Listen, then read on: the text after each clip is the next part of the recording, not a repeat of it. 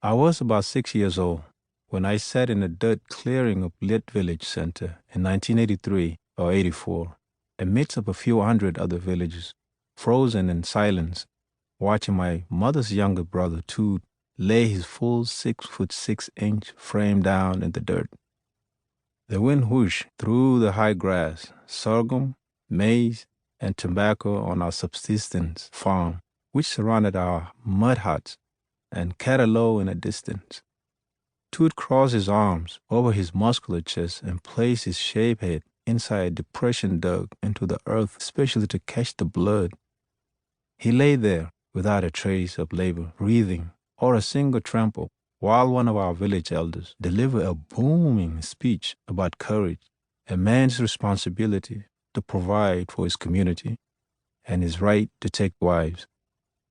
Elder 1. This young man will be marked into adulthood this morning. God protected him from many battles so that he might receive the honor in front of the elders and peers. Another elder rose and gestured with long, graceful arms as he spoke.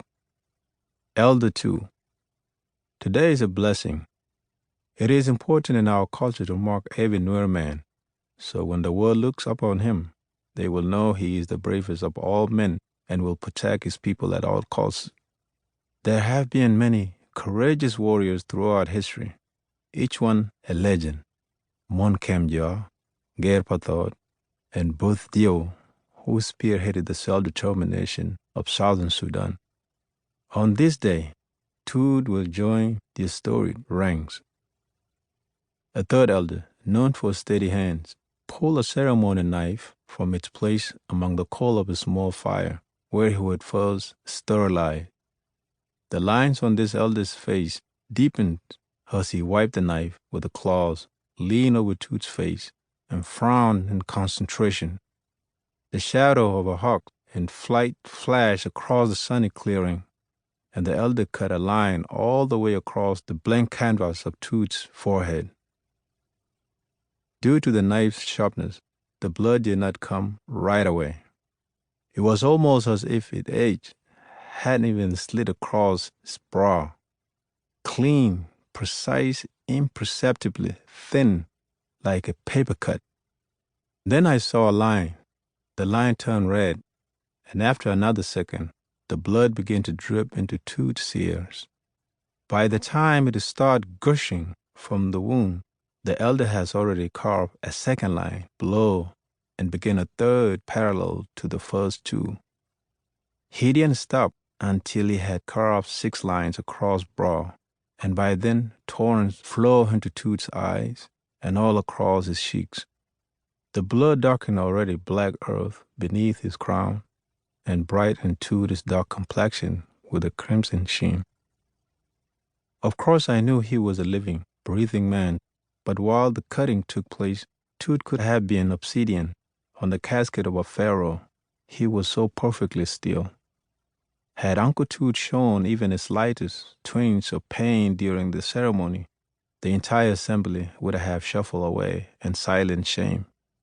But he had been the very embodiment of bravery, so the village exploded into a wild drill. Villagers.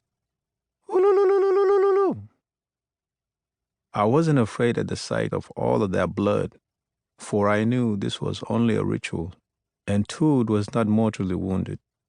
My elders were there, my aunties, my uncles, my mother and my father other wives, and if they condoned this rite, I knew he was okay. Having proven himself by receiving the cuts in silence, Toot stood, hands at his sides, eyes closed behind the curtain of blood.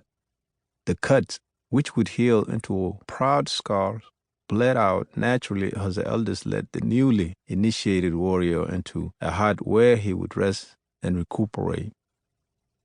Toot was actually too old to undergo this rite of passage, and he should have completed it when he hit puberty. But he had recently returned to Lit from Sudan's Muslim-dominated north, eager to bond with his people and fight for the South in the Second Sudanese Civil War, which had begun that year. This was his way of proving his fealty to our village our people, and our cause. As soon as he entered the hut, men, women, and children alike jumped up and danced in the square, pounding their feet, throwing arms out, his wiggling hips, and singing in celebration of this propitious initiation. I joined them, feeling the joy of the whole village in my bones. At some point soon, village women would deliver food to Toot in grateful thanks for his dedication to the defense of the Nuer, our ethnic group. And eventually, after days or weeks, however long it took Toot to heal alone in the hut, he would finally emerge. And he would emerge a man. While the villagers danced, I heard a powerful bomite blow cut short as my Uncle Red leaned forward with a single stroke, slide the throat of a favor cow. The animal kneeled, its head drooped, and finally collapsed in its side with a great thud. I nearly cried out when I saw its once powerful arm resting on the ground like two useless sticks. But take my cue from Toot's bravery, I held back my tears.